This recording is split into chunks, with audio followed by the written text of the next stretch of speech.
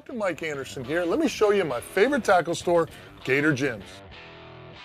They have everything you need to fish with a massive inventory, including liquidations and great deals every day.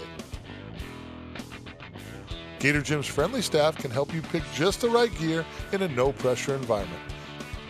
You can even test a rod and reel at their on-site casting pond or grill up your catch of the day in their picnic area. So come to Gator Gyms where they make fish stories come true.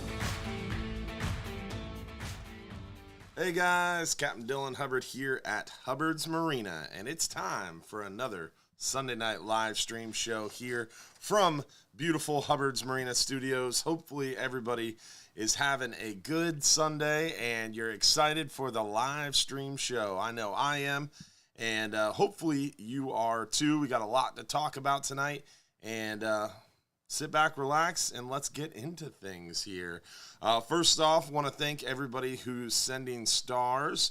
Jasmine White, Rick Rogers, Steve Batchelor, Craig Robinson, Mike D, Tim Paul, Jim Evans, D Beers with the big 500 that sent us over for the stars party.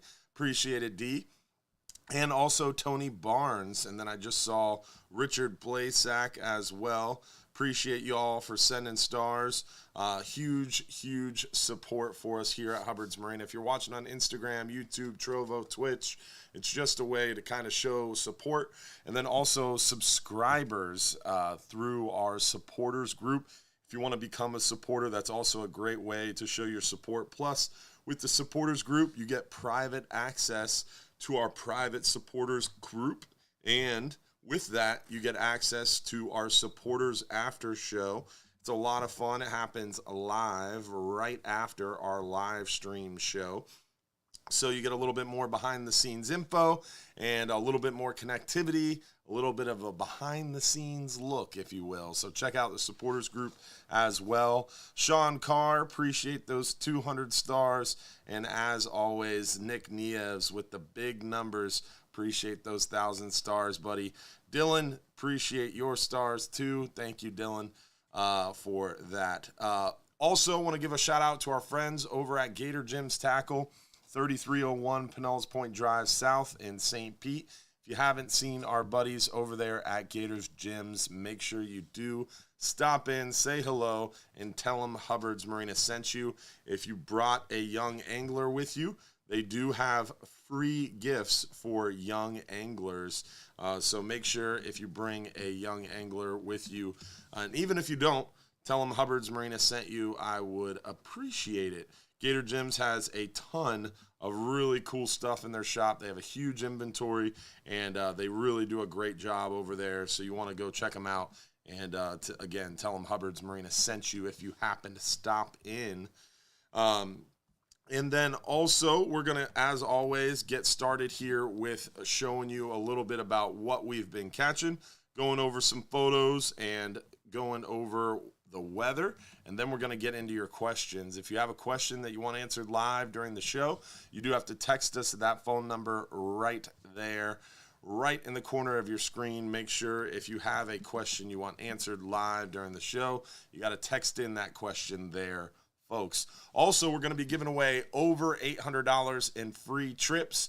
We're going to give away a 5-hour half day for 2 guests, a 10-hour all day for 2 guests, and a 39-hour trip for 1 guest, plus our Salinity Gear gift pack, which is a shirt and a bunch of stickers from our friends over at Salinity Gear. So stay tuned for those giveaways. They happen randomly, and if you're picked as a lucky winner, you do have to text us at this phone number within 5 minutes or less to prove you're watching live. So you get picked as a lucky winner, you got 5 minutes or less to text us at this phone number and claim your free trip.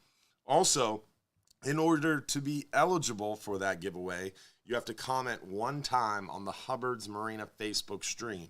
You can watch on YouTube, you can watch on Trovo, you can watch on Twitch, but you do have to comment at least 1 time on the Hubbard's Marina Facebook stream in order to be in the drawing. So keep that in mind, folks. If you want a chance to win some of those free trips, comment at least 1 time, anything you want on the Hubbard's Marina Facebook stream. Don't forget to give the video a like, and don't forget to like our page. And then on YouTube, don't forget to subscribe, follow us on Trovo, Twitch, and Instagram. If you're watching on Instagram, you can pop over to the browser on your phone. Go to Instagram.com, and then you can turn your phone sideways, and you'll be able to see the full screen. If you're watching on the Instagram app, it won't allow you to see the full screen of the phone. So make sure you check that out if you would like. Jolie Holton, Nick Nieves, and Michelle Bryan with a lot of stars. Appreciate that, Michelle. And Larry White. Appreciate those stars, you guys, as we were getting rolling there. Also, don't forget to comment. Tell us where you were watching from. And don't forget to share the video on your favorite fishing group, on your timeline. Tag your friends. Tagging your friends really helps. So whether you're watching on the Hubbard's Marina page or anything, make sure you tag your friends. Really, really appreciate that. Now, with it, let's move on into inshore fishing. Show you what we've been catching inshore. And then we're going to work our way near shore and offshore and talk a little bit about that and answer your question. Anthony Barnes, appreciate those stars, buddy. Thank you. Red fishing has been pretty good around the area, catching those redfish, mangrove shorelines, oyster bars. Definitely doing pretty good on the redfish. Cut deadbait still seems to be king of the coop when it comes to redfish because the water is so darn hot. But we are seeing some of those redfish on those slow-moving soft plastics. Those dock lines are also working well for redfish. At night, the bottom around those bridge lights, dock lights working well. Always great to see the kids out there fishing. Definitely a good time earlier morning around sunrise. A good time because the water's a little cooler. Also at night, through the nighttime, through sunset. Anytime where it's a little less hot, or anywhere it's a little less hot. So if you find a shaded shoreline, a deeper pocket, a pass, anywhere there's deeper water, moving water, or shaded water, you're going to have a better chance at getting those more actively feeding fish. The snook bite at night around the passes have been hot. During the day, out on the beaches is working well. Around the passes, this one definitely came from around a pass, and moving water on the beach is a good place to target them. John's Pass Jetty, those dock lines all working really well for those snook, and we're seeing quite a few of them. Trout action also going well, seeing some of those trout on the beaches around our passes, jetties, bridges, dock lines at night, especially dock lights, bridge lights working well for those trout. During the day, you can find them on the edges of the shallower flats and really all over those deeper flats. The trend inshore right now continues to be hot water. So with hot water means you got to look for those moving areas, those moving waters. Moving water means increased dissolved oxygen. So just a little bit more oxygen will make those fish a lot more active. Active fish means they're going to be feeding better. So look for those areas where water is moving, times the water is moving, or look for areas where there's going to be a little bit cooler water. Those deeper pockets, water stays a little cooler, deeper you go, underneath a dock, underneath a bridge where you can find some shade, underneath a mangrove shoreline. Then also out on our beaches where a lot of wave action aerates the water more. You have higher dissolved oxygen content. Anywhere those fish can get a little reprieve from that super hot, super steamy, soupy water of the summertime, they're definitely a little bit more cooperative, and they tend to be a little bit more actively feeding. With that, let's get into our near shore and offshore photos and talk a little bit about what's going on out there a little deeper. Doing well on red grouper right now. This one from our friend Estelle. This was a very large red grouper, and looks even bigger in Estelle's hand. That was a monster catch from the Flying Hub 2 the other day on a private fishing charter. Nice gags lately. Definitely seeing a wide variety of sizes. Solid mangrove snapper. We're seeing some fat red grouper on the Flying Hub 2, on the 39-hour, and even the 10-hour all day is catching a handful of those red grouper here and there. Seeing some nice quality fish all the way around. Some nice big red snapper. Definitely consistently seeing those red snapper. They're getting a little bit tougher for us now that we're kind of getting through season a little ways. They're making it a little bit trickier. We're definitely starting to see a decline in the numbers of big fish, but we're still catching some nice fish, just having to work a little harder for them sometimes. But through the day, we're ending up with nice piles and boat limits overall on those red snappers. So great time to get out there and capitalize on the bite. Remember, our red snapper season goes all the way through end of day, August 18th. So you got a little bit more time to get out there and capitalize on those red snapper before season ends. Tegwin Stockdale, appreciate those stars. Thank you very much. Now, with that, we are going to give away our first free trip of the night. Remember, in order to be eligible to win, you do have to comment at least one time on the Hubbard's Marina Facebook stream. So go to Facebook, find the Hubbard's Marina page, comment anything you want one time. That makes you eligible to win. Then you can watch on Facebook, on another Facebook page, on YouTube, Trovo, Twitch, Instagram, wherever you want. But you have to comment one time on the Hubbard's Marina Facebook stream in order to be eligible to win. Then if you're picked as the lucky winner, you got 5 minutes or less to claim your free trip by texting us at that phone number. I've heard the last couple of weeks that, I didn't know how to enter. So I wanted to make sure I said it twice tonight. How you enter, how you claim your free trip. So there it is for a second time, how to enter and how to claim that free trip, guys. So that's the last time I'll mention it. So make sure you keep up with that, guys. Let's see who the lucky winner is of our 5-hour half day for 2 guests. Lucky winner is Daniel Lucero. Congratulations, Daniel, with that lucky win for that 5-hour half day for 2 guests. 5-hour half day for 2 guests to Daniel Lucero. Remember, you got 5 minutes or less to claim your free trip by texting us at this phone number right there. Now, keep in mind also, stay tuned. We got the 10-hour all-day trip for 2 guests. We got our Salinity Gear gift pack. We've got our 39-hour trip for 1 guest as well. Lee Shirley, appreciate those 200 stars. Thank you very much, Lee. With that, we talked a little bit about what we've been catching. Let's look at the weather and show you guys a little bit about what's going on weather-wise around coming up the next week or so. We're going to pop over here to our Hubbard's Marina website.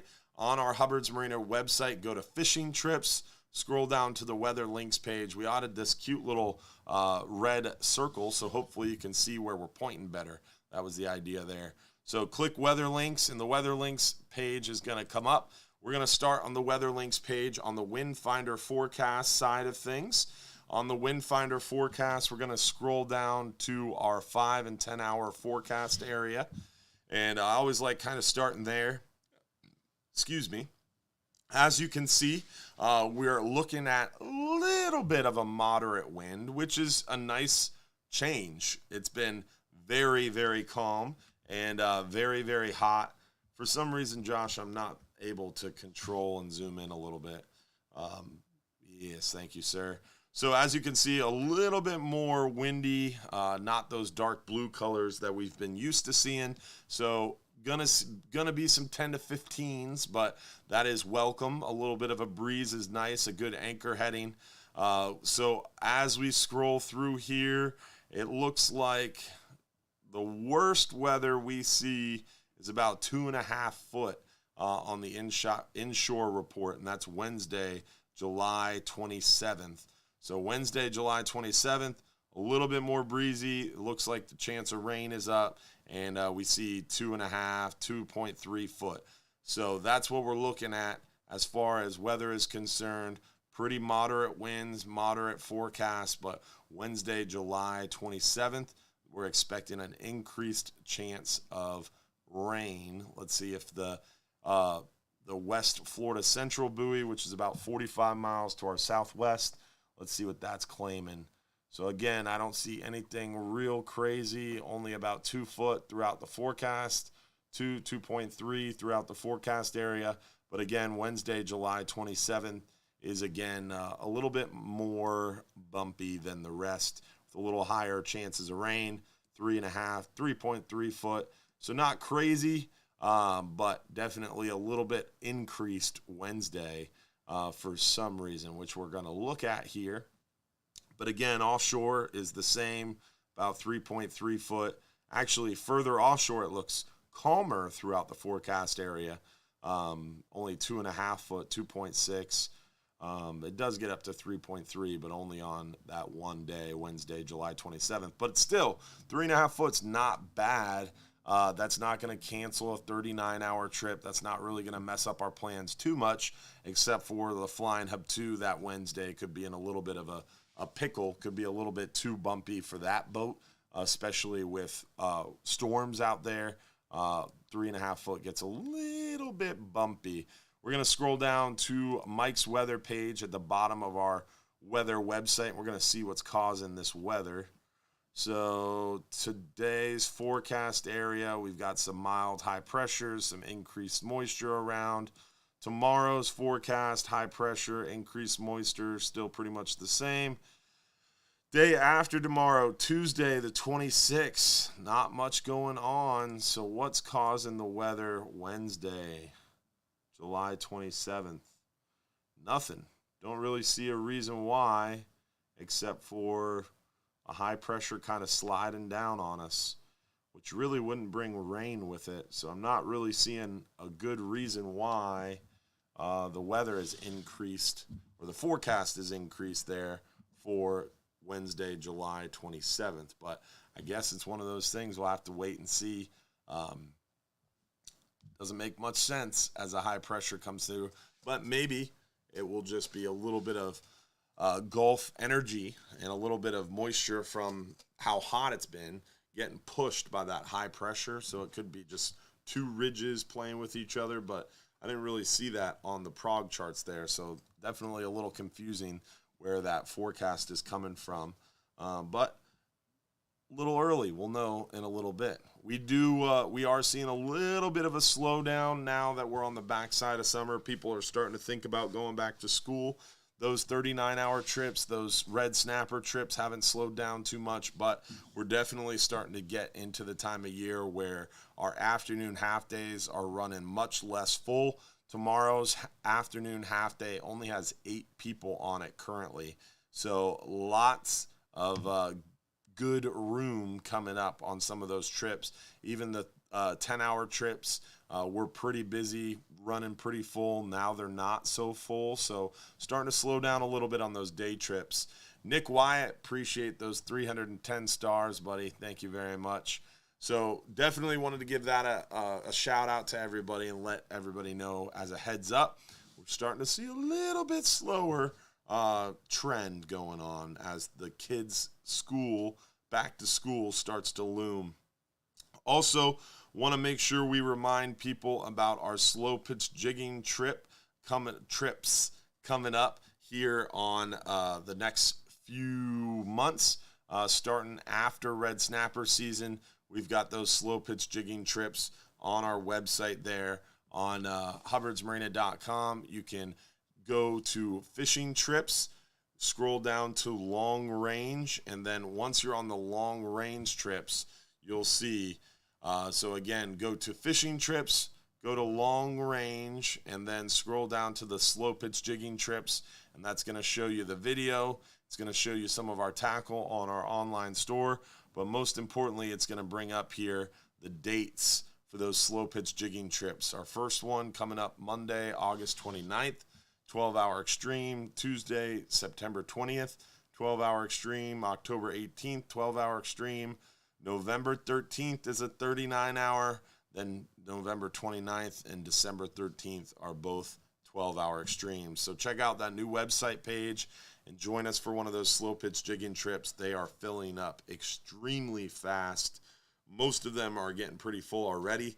So if you want to get out there and join us for one of those slow pitch jigging trips, make sure you sign up earlier than later. Definitely want to make sure you get in on those. All right, we've talked about what we've been catching. We talked about the weather. It is time to give away some free trips. We're going to do let's see here, a 5-hour half day. We've already given away, so I think it's time to give away our 10-hour all-day trip for 2 guests. Let's do our 10-hour all-day trip for 2 guests, Josh. Let's see who that lucky winner is of the 10-hour all-day trip. I guess I got to turn the screen, don't I? Anthony Barnes. Congratulations, Anthony Barnes. Tony Barnes from Coral Springs. That is who won. Tony Barnes from Coral Springs. There's 2 Tony Barnes watching tonight, so I want to make sure we delineate that. Anthony Barnes from Coral Springs is the winner of the 10-hour all-day trip for 2 guests. Congratulations, Tony Barnes from Coral Springs. Now, with that, we've got our good friend, Captain Mike Anderson, on the phone with us. How you doing, Cap Mike? I'm good, my brother. How are you? I'm alive. I'm surviving. And I hear you. Trying to survive. So after walking like 47 miles at ICAST, I had a Bass Pro Shop seminar today, which requires a lot of walking and a lot of standing. So afterwards, I always like to hang out and talk to people and answer questions. I couldn't take it, man. I had to sit down when everybody was coming up and asking questions. Like, I'm gonna sit here. You guys can more than happy. Keep on coming. Yeah, it was a long one. Definitely a long stretch at ICAST. And I have a bone to pick with you, Cap Mike, and all the viewers out there. I'm sure you follow Real Animals on Facebook, and I'm sure you saw this as well. But Mike posts all these great things about ICAST and how fun it was and how many cool people were there, and posts all the photos of all these people. But the person he rode with, his ride or die, who set up his hotel reservations, not in a single photo. We did not get a single picture together. What's up with that, man? I don't know. I was thinking that when I was posting it. I'm like, I have no pictures of Dylan. I did. I'm always thinking about you, brother. I got no choice. You're everywhere in my world now. My partner. The A-team. Exactly. I just wanted to give you a hard time. No worries. I always miss somebody when I do that every year. Somebody chirps at me and says, "Hey, bro, I saw you at ICAST. How come my picture isn't in there?" I'm like, we didn't take a picture. Yeah, no, I remember you said that to someone while we were walking around, so I kind of laughed in my head when I saw the post. I was like, "Oh, I'm gonna get him. next year we'll make sure we get a selfie together. There you go. Now, how's it going inshore? What's going on? Tarpon still around? Well, yeah, I think the tarpon bite this week should be pretty good. You got them big outgoing tides, and everybody kind of concentrates on May and June, and then by the time you get to the end of June, a lot of guys are tired of doing tarpon fishing. So July is really a great time to do it. We're definitely getting towards the end of it, except some of our residential fish that hang out in some of the rivers. The Hillsborough River downtown, the Palm River, phenomenal places to catch fish all the way up into September. but I'm guessing you'll still be able to catch some out around Egmont and some out around the Skyway Bridge on this new moon. So those outgoing tides should be pretty good. Yeah, definitely going to be a lot of moving water and Yeah. a lot of good times to not only capitalize on the tarpon, but also snook too. I feel like the snook should be fired up, right? Yeah, I'm gonna end up snook fishing probably Tuesday, Wednesday, and Friday. I've got 3 trips this week, so I'm sure those trips will be heavy concentrations of snook. Might be able to get a couple of redfish too. What do redfish do on a new moon? Well, it's not so much what they do on the new moon. It's really what they do, this time of year. Normally, I struggle to. We don't get on big schools this time of year. Usually, our schools come in September. Mm-hmm. We get a big push on the moons in September, where some fresh schools will come in from offshore. A lot of times, they're big schools of oversized fish. I know Brett Norris, just before we went to ICAST, said he found a school somewhere that he didn't expect to find a school. So there's going to be some schools around, but normally, as I roll through, late July, August, early September, normally most of my really, really good red fishing is done on the docks, in and around St. Pete there, the intercoastal, because those docks offer so much shade and a great ambush point for those fish. Moving water. If you get on a dock line that's got a lot of big mullet on it, definitely work those docks really slow for redfish. It's a lot of people think it just gets too hot and redfish bite kind of disappears. That's because everybody's kind of looking for them on the flats, and they don't want to be on them flats cooking. If they are on the flats, on those big high tides, they're going to be in the trees, and that's where you'll get them eating the best because they're in that shade and those water temps cool down a little bit back there, and that's where all the bait congregates because they have all the safety and cover the mangroves. And same thing with the docks. The bait will get on the docks.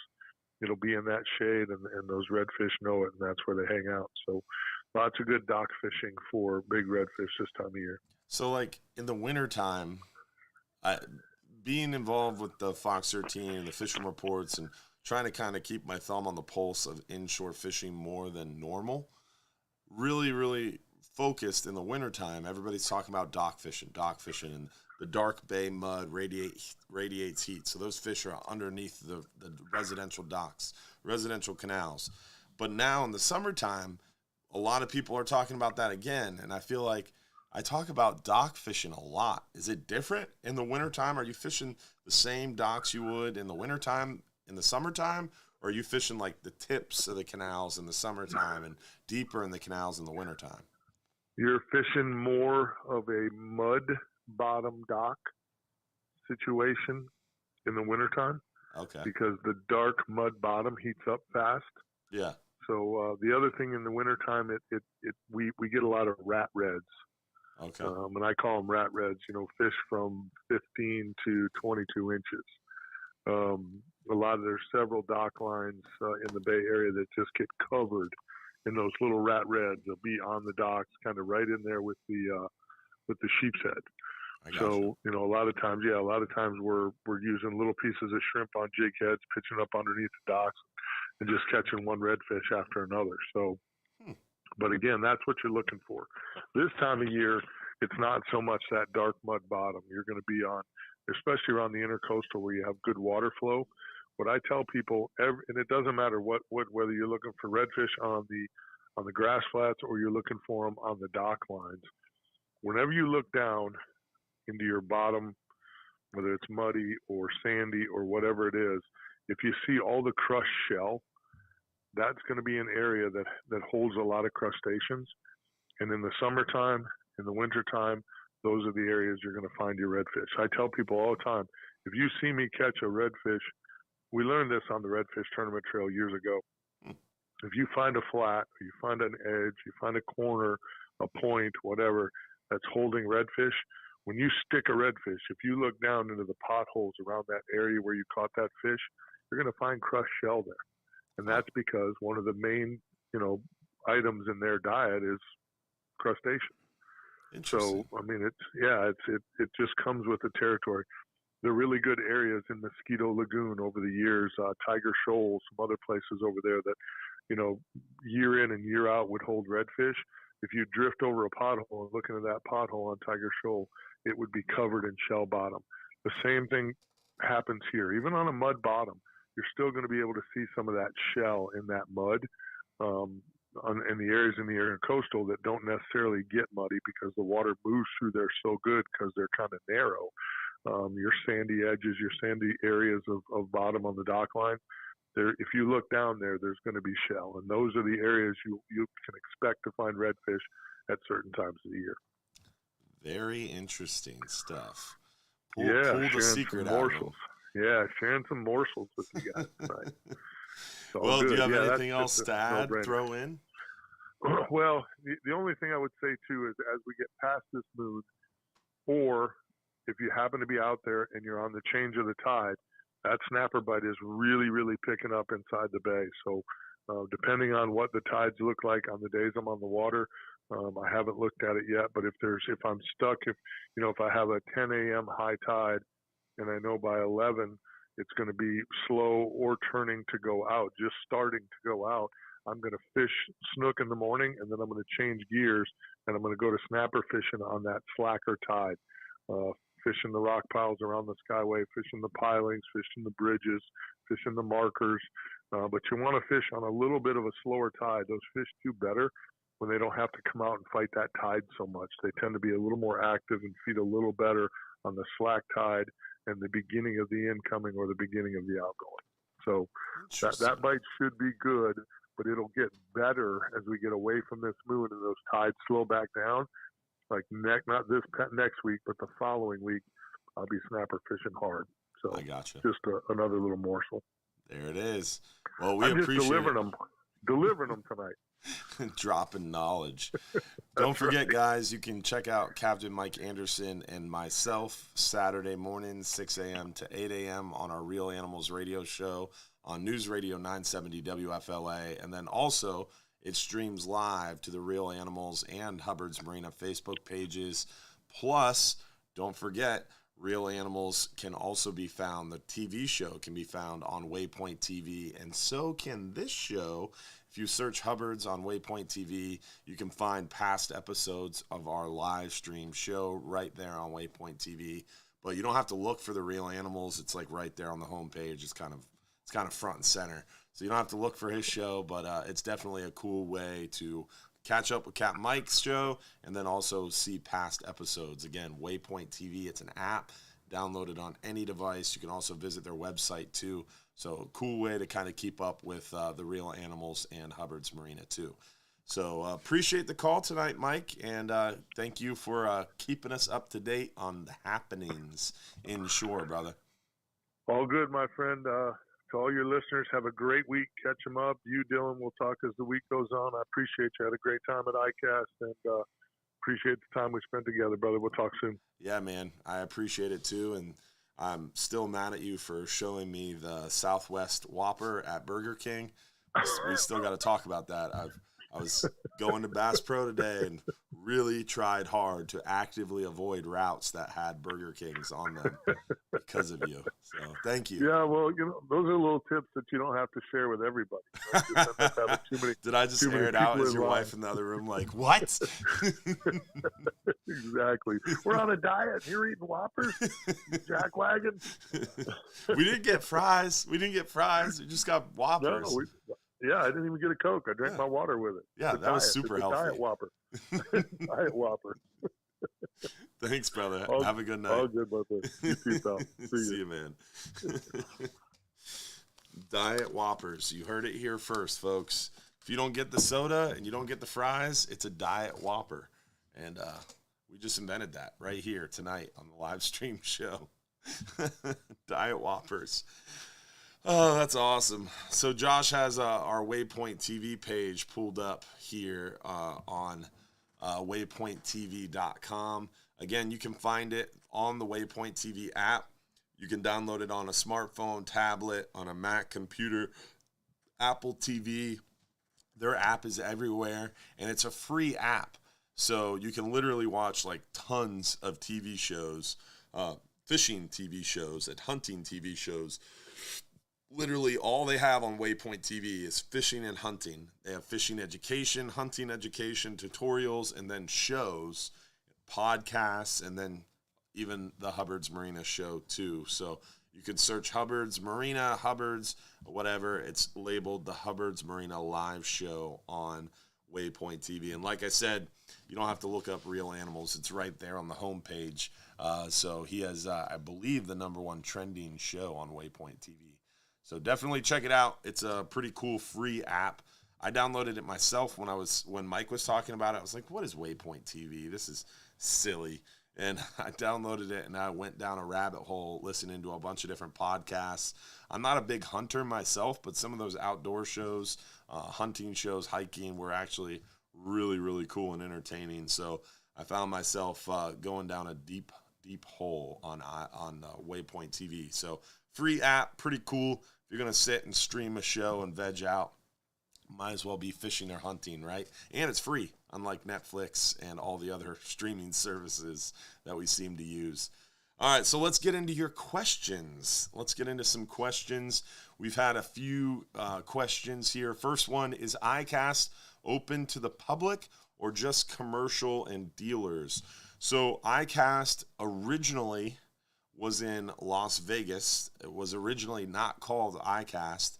And it was originally designed to be a buyer's show. So vendors set up, buyers come in with wholesale distributorships or retailers, and they come in, they see the vendors, they see what the vendors have coming up new for the next year, and they place orders for the following year. It has changed a lot over the course of the last 10, 15 years. I believe it's been around for close to around 20 years now, maybe 25 years. Someone there, iCast, that Capt Mike was talking to, was like an OG iCast attendee. They had been to every single one since before it was called iCast. But again, like I said, it's been in Las Vegas. Mike was going there when it was back in Las Vegas, and then it moved to Orlando. And since it moved to Orlando, it's gotten a lot bigger because they've been a little bit more loose. Plus, being in Orlando, in Florida, a lot of people fish in Florida, so a lot more people tend to attend it. And unfortunately, it's been a little bit watered down. A lot of people talk about how it needs to be a little tighter restricted because it is supposed to be a buyer's show. And as a buyer who has a retail shop, I go there as a buyer, but I also go there as the president of the Florida Guides Association, a board member of the Charter Fishermen's Association, a member of the National Marine Resource Education Program, the Data Collection AP chair, the Outreach and Education Technical Committee chair. I wear a lot of hats at iCast, not only going over conservation and Return 'em Right program. I sat in their booth for a while advertising that. Terry Feather, shout out for those 200 stars. Thank you, Terry. But I'm also there representing Hubbard's Marina and our retail tackle shop, and I'm trying to make orders. And then I'm also there as Hubbard's Marina live show and Real Animals Radio, also trying to gain some sponsorship for fueling the show. Tim Dykes, appreciate those 300 stars, and also our live show and our radio show. So it's definitely a lot for me to kind of keep track of. Craig Robinson, appreciate those stars. But it is tricky because there's so many other people there that I don't know why they're there. There's a lot of people that don't seemingly belong in the crowd. But whatever, it is what it is. It's for basically industry people and mostly supposed to be for buyers, and then also for industry professionals, like someone like Captain Mike Anderson, who's not a buyer. He's not out there trying to buy for a retail store, but people in the industry want to meet with him to talk about selling their products through his show, through his sponsorships, ads, that kind of thing. It's not somewhere for people to walk around and trying to get like free stuff or to try to buy stuff to take home with them to use personally. It's a buying show for wholesalers, resellers, or individuals who have a TV show or a radio show or some sort of way to resell the vendor's products. That's the intention behind iCast.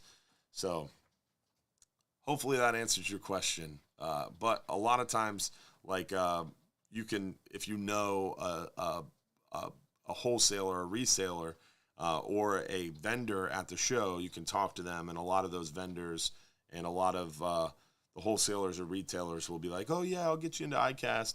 Myself, I've never taken anybody to iCast, and I don't think I would, because it would scare me. I don't want to be kicked out, because it's important. It is cool. Hanging out in the bar after iCast is kind of like being at a fisheries meeting.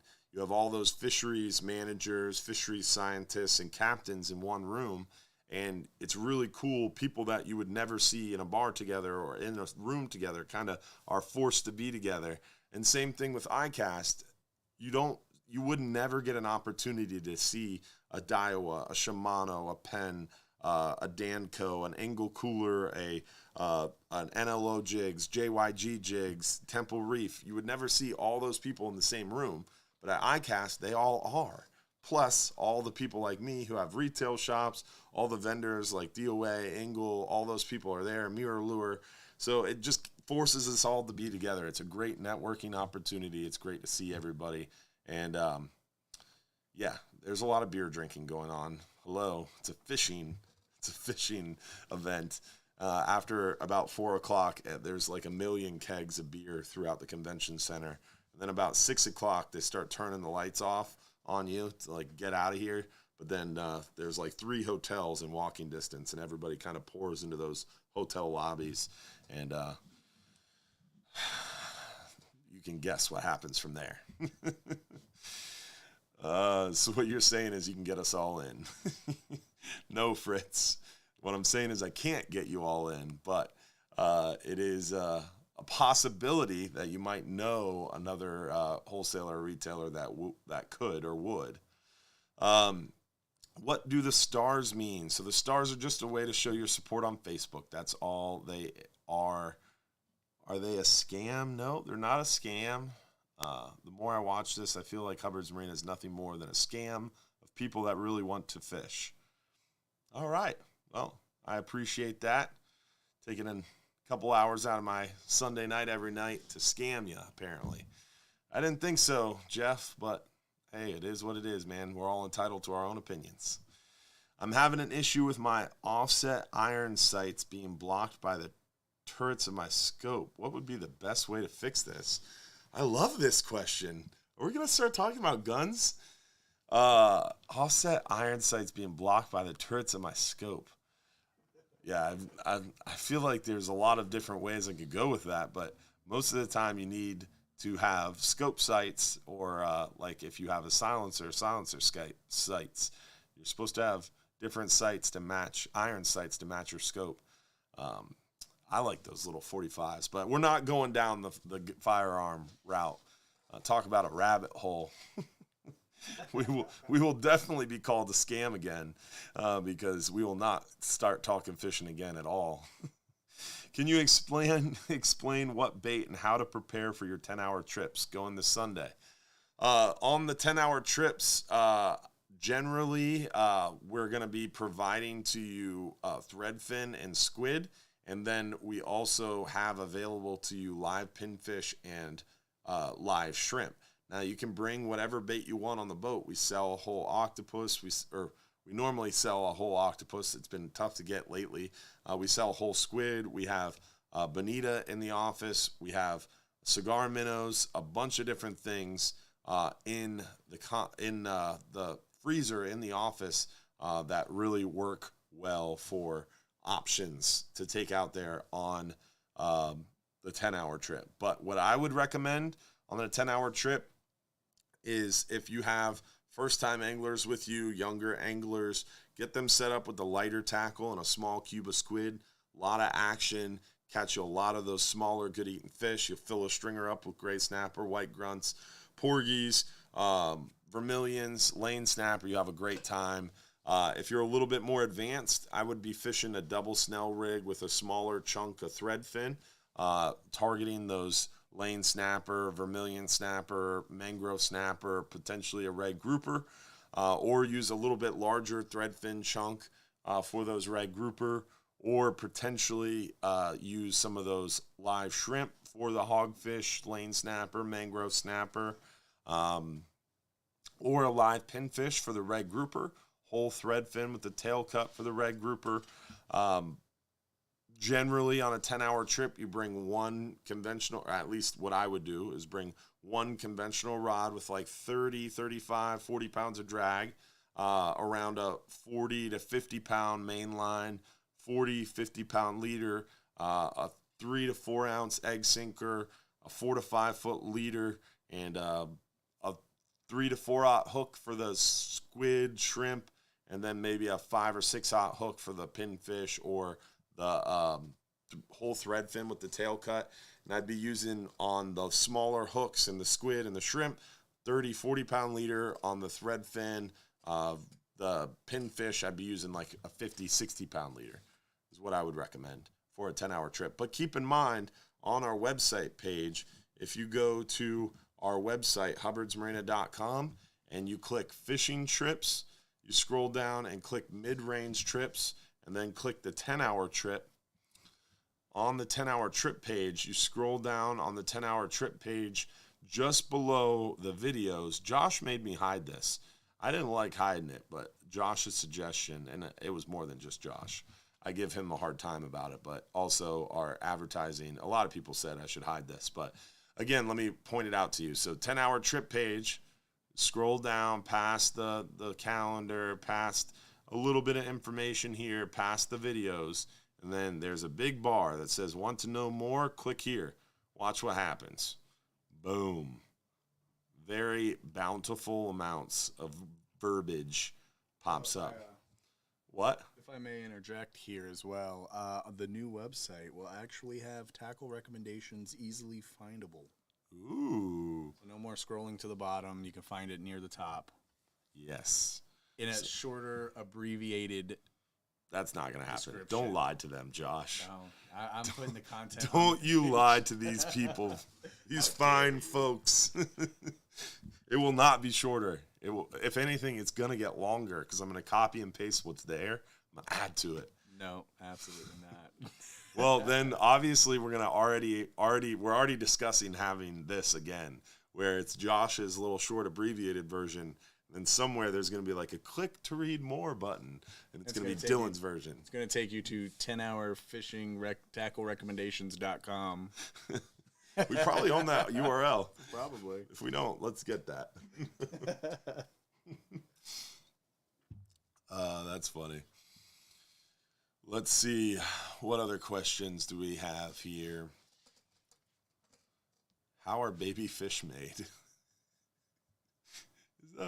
Is that legit? Yeah, it's every week. Really? Yeah, It is every week. That's awesome. That's every week for like 5 weeks. Yeah. Huh. Awesome. Smokey know all this information for the 10-hour? Yes, Smokey does. He helped write it. Smokey is a good guy. He has very strong opinions, though. So, like, I get out there on the dock in the morning, and I'm going to throw a mirror lure for the snook, and he looks at it. He's like, you're not going to catch anything with that. And then I catch something with it, and then he walks away. I've seen that same thing happen. We all have our own opinions, and Smokey has a very strong opinion that there's a right way and a wrong way. Maybe that's where I get it from. I don't know, but he's a good guy, and he is an extremely, extremely gifted fisherman. But he doesn't fish as much as I think he should, because if he did, he would be a definite hero out there on the boat. He's an amazing fisherman. Are hogfish being caught this time of year on the 5-hour trip? Yes and no. We are catching.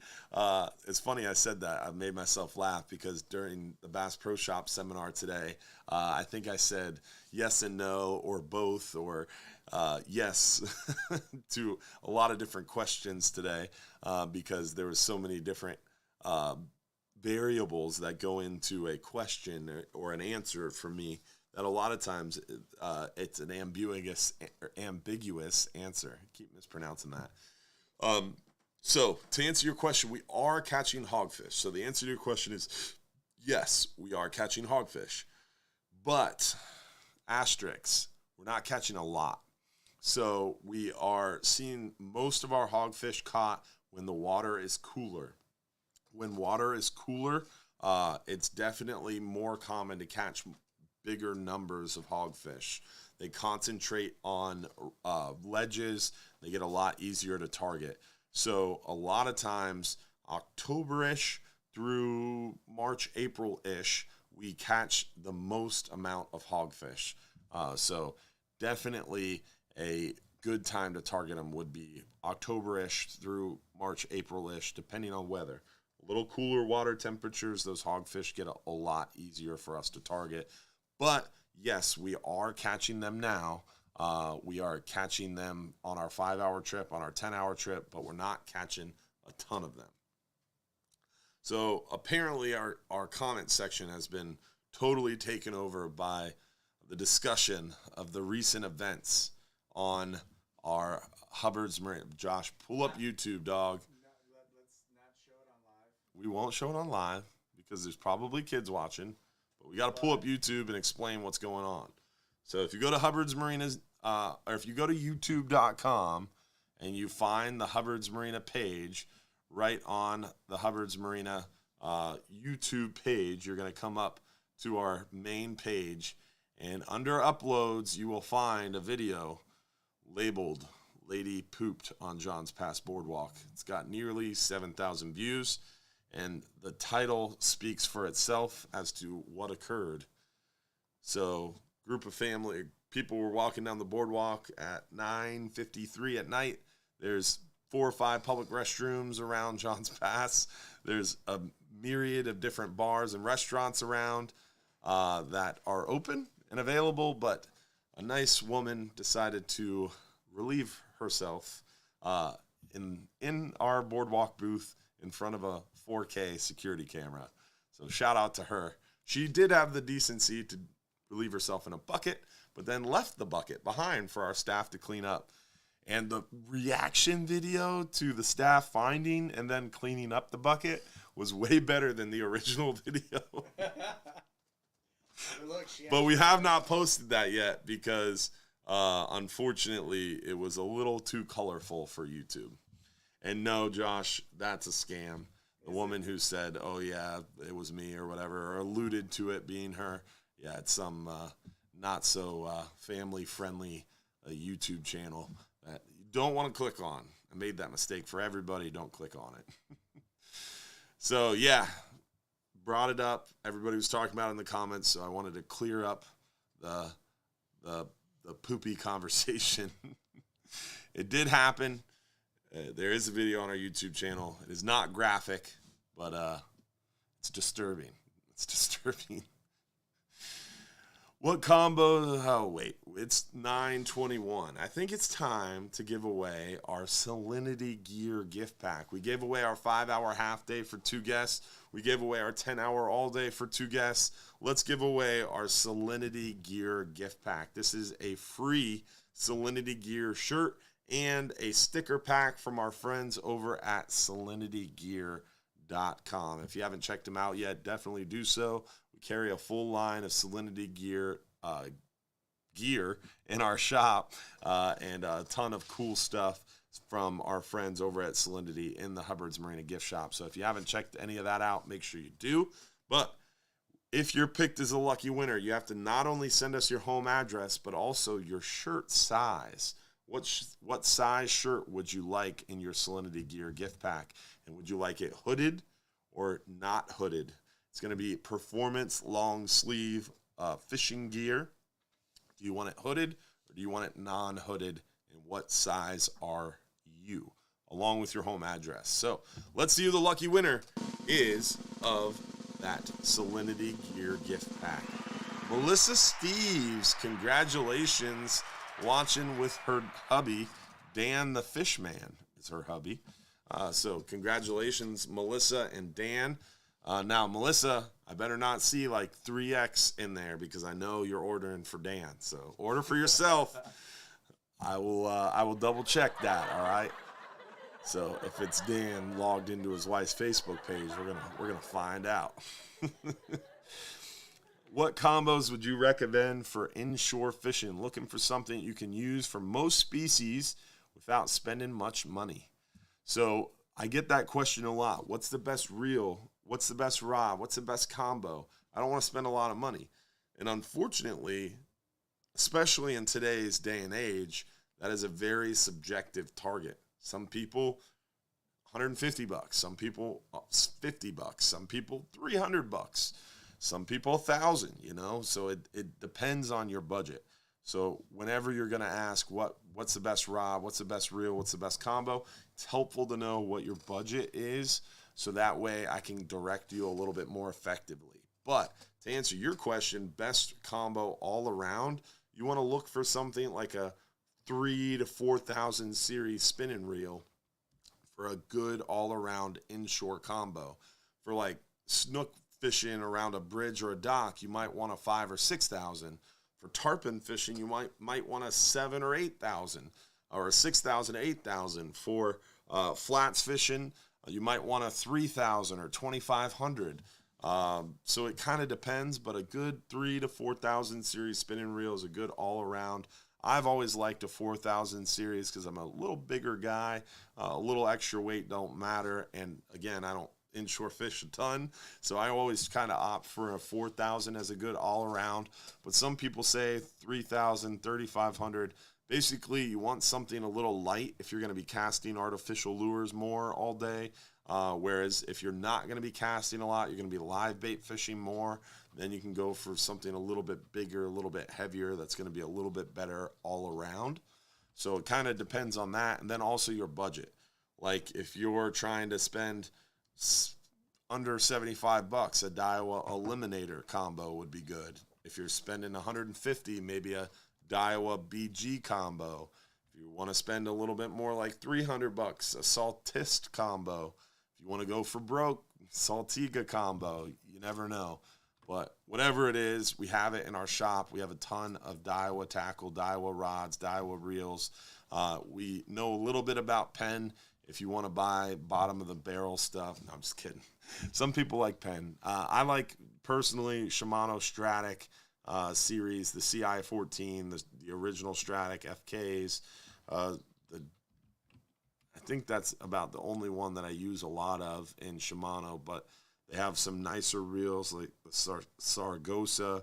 Their Stella is like the Daiwa Saltiga. It's super expensive. Sargosa's a little bit more like the Saltis series. And then the original one I said, I forget what, Stratic is a little bit more like their BG series, Daiwa BG series. So there's a lot of different comparable options. Personally, I recommend Shimano or Daiwa. I personally fish Daiwa. Not sponsored by any of them. I've had a lot of bad experiences with Penn, and their new products have not really been up to par, in my opinion. But that's my opinion. Everybody's entitled to their own, right? All right, so let's see. Yeah, the disrespect on the Penn comment. It's real. It's really real. Let's see. What's your favorite bait and technique for hogfish? Favorite bait, shrimp. Favorite technique is right here on the Hubbard's Marina website page. We have a whole website page dedicated to fishing tips and tricks. So if you go to hubbardsmarina.com under the fishing trips tab, scroll down to fishing video links, and then hit the fishing tips and tricks page. On the fishing tips and tricks page, we have nearshore and offshore fishing tips. We have rigging tips on how to rig different leaders and how to rig a bait on a double snell rig, how to tie a double snell rig, how to tie a kingfish rig, how to tie a hogfish rig. But one of the better videos that we have to answer your question was how to catch hogfish and what rigs to use and what techniques to use. I believe it's like a maybe 15-minute video. Captain Frank walks you through the techniques and tackle. So definitely would recommend that. But my favorite bait and technique would be around a 3,000 to 4,000 series spinning reel, about 20 to 30 pound braid, around a 30-pound leader, and around a 3 to 4 out hook with live shrimp. If you want more information, more in-depth information, plus a look on how to present the bait, how to rig up, everything like that, check out the video. Again, hubbardsmarina.com. Click fishing trips, click fishing video links. There's the fishing tips and tricks page with the video we just showed you. There's the Bass Pro Shops seminars page with all our Bass Pro Shops seminars. There's also the live Q&A page with all the past live Q&A shows. All these live shows are right there on our website. Nick Nieves with those 500 stars, man, really appreciate that, buddy. Thank you very much. Someone said, I like the Penn Fierce 3. So some people do like Penn. It is a thing. Twin power, another good Shimano option. So definitely a lot of Penn fans out there. Florida Fishing Products, another good spinning reel. So you never know. Everybody has their own favorite, and what they like really works for them. And what you find confidence in, what you like, is what's best for you. So definitely just kind of have fun poking at Penn. But they definitely have some products that might work for some people. Well, that was a very political way to say that. Mike would be proud. Nick Nieves, appreciate those 500 stars again, buddy. Thank you. Jason Richmond, thank you very much. Appreciate you, dog. Headed to y'all's area for Louisiana, from Louisiana this coming Thursday. What species should I target inshore? If you're coming from Louisiana, bring me some of your favorite Boonan. I'm talking a significant amount of Boonan, and I will spend plenty of time with you, personally walking through what tackle to use, what rods to use, and I'll show you my favorite inshore fishing spots. And we'll just call it even for some Boonan. How about that? But seriously, what species should I target inshore? Right now, I'd be fishing at this week, this coming Thursday. So this coming Thursday is a new moon. So I would be fishing snook at night around the bridge lights, dock lights in the area. And definitely a great option around bridge lights, dock lights this time of year, especially in the summertime. Night fishing is great around bridge lights and dock lights at night, especially because of that new moon. New moon means not a lot of moonlight out. The bait concentrates on dock lines, and a great opportunity to really target those snook in our passes. This time of year is pretty centralized snook populations around passes, so a good opportunity to target snook. So inshore fishing this time of year, me personally, snook would be my target around passes at night. During the day, you could target snook out on the beaches, pompano out on the beaches. You could get mangrove snapper around bridges, jetties, docks. Redfish, if you have a boat, a little bit trickier to target redfish, but definitely a lot of options for you inshore. Nick Nieves with the stars again, buddy. Thank you, man. Scott Flynn, Jason Richmond, Eric Seaborg. Appreciate those 500 stars, man. Thank you very much, guys, for all the stars and support. Now, I did see one quick question that I wanted to get into. I know we're out of time here, but the one question was the difference between commercial and recreational regulations. Really, you need a whole show to describe the differences between commercial and recreational. Recreational fishermen fish and prosecute the fish differently. We go out there for the opportunity to fill the box. Our trip isn't to feed our families. Our trip is, our recreational trip is to get out there and have the opportunity to catch some fish, get out there and escape the shoreline, head offshore, drop a line, and catch some fish. If we get to take some fish home, great. Do we want to take a lot of fish home? Some people do. And yeah, it's great to go home and eat some fresh fish and have some fresh fish for our family. But it's not a trip where we have to catch fish, we have to produce fish, or we come home and we've lost a ton of money. It's not a trip where we're out there supporting our families and making a living on the water. A commercial trip is you go out there, you catch fish, you fill your fish box, you come home, you sell your fish, and that feeds other people in other parts of the country. So it's important to people who live in Atlanta, New York, Georgia, South Carolina that want to eat fish but don't necessarily have a boat. The non-boat owning, non-fishing, non-coastal Americans who want a chance to enjoy the Gulf of Mexico natural resources. That's what commercial fishermen do. Whereas recreational fishermen go out there for the opportunity to catch a fish, the opportunity to fill a cooler, but we don't need to fill that cooler to satisfy our trip. It is satisfying to fill the cooler, but it doesn't have to be filled for us to measure our success. So two different schools of thought, two different approaches to the fishery. Commercial fishermen are extremely highly regulated. Every trip you have to hail out. You have to give a 3-hour notice of landing. You have to tell the federal government where you're landing.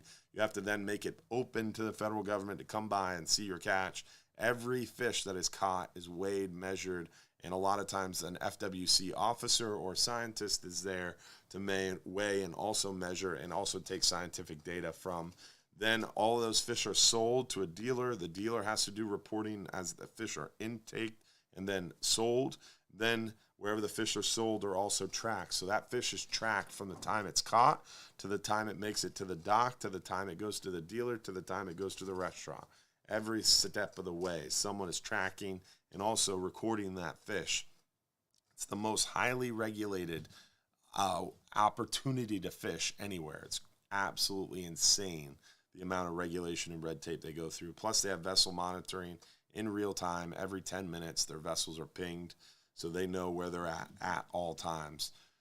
Federal for-hire recreational, like charter boats and party boats, now are tracked. We ping once an hour. We have to hail out prior to leaving, and then prior to offloading catch, we have to tell them what we caught, what we discarded, what was caught and kept, what was caught and discarded, the price of the trip, how much fuel we burned, where we fished, etc. But we don't have to then weigh and measure each fish that comes off the boat like the commercial sector does. Then there's the private recreational sector. And there's not a lot of good information on how many fished, how many trips they made, what they caught, what they discarded. But that makes up 95% of angling trips. There's only 1,287 federally permitted for-hire commercial or federally permitted for-hire recreational boats like charters and party boats. There's less than 900 commercial boats. So put together, a little more than 2,000 commercial vessels, charter boats, and party boats. But no one knows the number of private recreational boats. And that's the problem that we have that's facing us is we have to get a better handle on the science. And I don't like guesses when it comes to fishing and my fishery and my natural resource and my family's ability to propagate a future in our fishery and your family's ability to propagate a future in fishing. You hopefully want to have your kids and your grandkids have the opportunity to fish, right? But if we don't take better care of our science and have a better understanding of how to manage the fishery, it's going to be really difficult to do that. So we all have to work together and try to figure these questions out. How many are fishing, what they're catching, what they're releasing, and then get that information into a stock assessment. But it's a lot harder, and we really need a whole nother episode of this show to get into it. But that is the big question. How many people are out there fishing? How many trips are they making? What are they catching and keeping? What are they catching and discarding?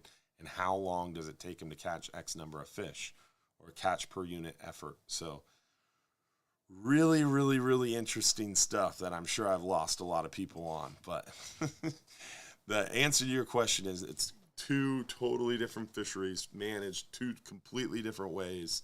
And you have one fishery, the commercial fishery, which is less than 900 people. Then you have the recreational fishery, which includes charter boats and party boats and private recreational anglers. Millions of people. So 900 people are easy to manage. Millions, not so easy. So two totally different schools of thoughts, regulations. And when people are like, commercial fishermen are ruining our Gulf of Mexico, keep in mind, their quotas are less than 30, less than 20% in a lot of cases when it compares to the whole fishery. Like for amberjack, it's like 27% they're allowed to keep. For gag grouper, it's less than 30%. For a lot of fisheries, even red grouper, I think it's less than 40%. So commercial fishermen have the smaller percentage of most of the fisheries that we have in the Gulf of Mexico. more highly regulated. And there's only a few of them that are highly tracked, highly monitored. So it's a completely different fishery. You really can't compare apples to oranges. In this case, it's like watermelon guavas to like grapes, you know. It's very different and very different in their approaches. But we've ran way too late. But I wanted to answer that question because that same question was asked last week. And it was a really good question, and I didn't want to miss it this week again. So hopefully you enjoyed the show. Hopefully we'll see you again next week for another episode of the live stream show. Don't forget as well that we have our supporters after show starting up after our live show ends on our private supporters group. If you have not checked it out, it is only $4.99 a month to join our private supporters group. It gives you a chance to win, or it gives you a chance to get in behind the scenes, see the private after show. And last year we gave away a free fishing trip to supporters and t-shirts. This year, you never know what we might do this fall once we slow down, but we're going to do something. And really appreciate all of you guys who are supporters. Really helps fuel our show, make everything possible, and you make the world go round. Appreciate all of you guys for watching, but the supporters especially. Make sure you join us for our after show, 9:55 p.m. for the supporters after show on the private supporters group. Then also, don't forget to give our friends over at Gator Gyms, 3301 Pinellas Point Drive South in St. Pete, a look up. Stop by, tell them Hubbard's Marina sent you. We want to give a shout out to our friends and partners and sponsors at Real Animals Radio Show, Garmin Electronics, Yamaha Outboards, Bass Pro Shops, Engel Coolers, Salt Strong, Aquatic Nutrition, Sport Fishing Chums. Don't forget to check out Hubbard's Marina on TikTok, Pinterest, LinkedIn, Instagram, YouTube, Snapchat, Facebook, Nextdoor app, the Fishbrain app, Waypoint TV, Trovo, and Twitch.